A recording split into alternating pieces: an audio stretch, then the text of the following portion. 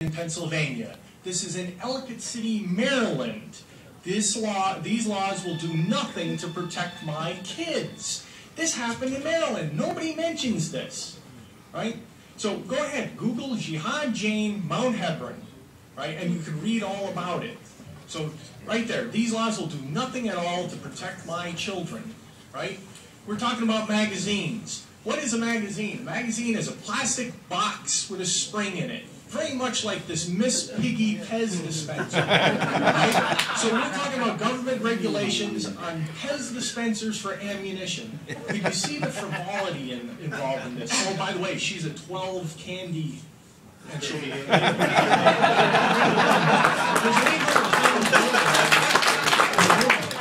the drug trade. Fix the drug trade, and the murders will disappear. Amen. Thank you very much. Nice.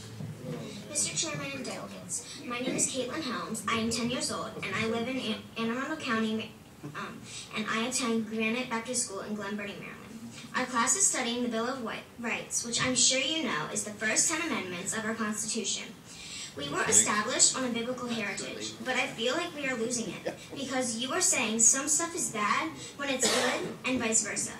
The other important thing is number 2 in the Bill of Rights, which states that we are allowed to have guns. If you pass this law, then I will have to move out of state, and that will make me very sad, because I will have to leave all my friends and almost all of my family, and even my school.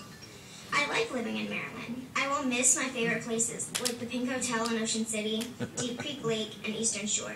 I will miss my special grandfather-granddaughter days, when we go to our private woods for a few hours of deer hunting, then we eat lunch at McDonald's, shop at Walmart, and go back to the woods for an afternoon, hunt, and stop at Cracker Barrel before we go home. Sometimes we go to our favorite fishing places, but if we move, we will be too far away to fish whenever we want. My grandfather told me that there are things in the bill that can keep children from using guns even with an adult, and could make some of our guns illegal by the way they look. Please don't pass this bill so I don't have to move back and leave my friends. Thank you for your time.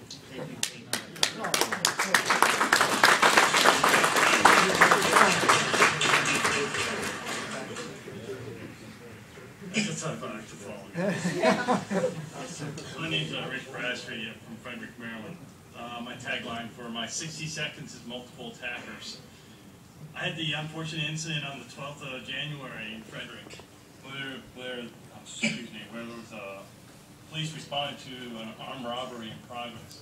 I had the wonderful opportunity of having the state helicopter fly over my house for 45 minutes with the police dogs running through and everything else. That happened for 45 minutes. We all went inside, we all locked our doors, we turned on all our lights and all, doing all those right things. Well, then about 11 o'clock, my dog started barking. So yeah, I'm going to be up front with you. Yeah, I went downstairs with my pistol, which has a magazine greater than 10 rounds. What I didn't tell you also is nothing happened that night. I checked everything. The good news was, well, the one mistake I did make was not calling the state police asking how big their perpetrators were going at. It was 4 of them. Witness confirmed and armed, all of them armed, they did a carjacking a half mile from my house. Yes, I would have swapped out my pistol for my rifle, which has a magazine greater than 10 rounds. It was in the ER. Open for questions. Thank you. Thank you. Yes, sir. Johnny Howe. I have a degree in mathematics from Towson University and an MA in economics from NYU, and I've worked as a statistics tutor. Today, Martin O'Malley and several other panelists said that they concluded that gun licensing and lower crime rates have a cause and effect relationship based on a zero-order correlation. That is not how statistics work. And there are many examples where their wrong conclusions are reached by that line of reasoning. So I ask you all to remember the first lesson in Intro to Statistics. I ask you all to vote against this piece of legislation. Are there any questions? And I forcefully question the little girl.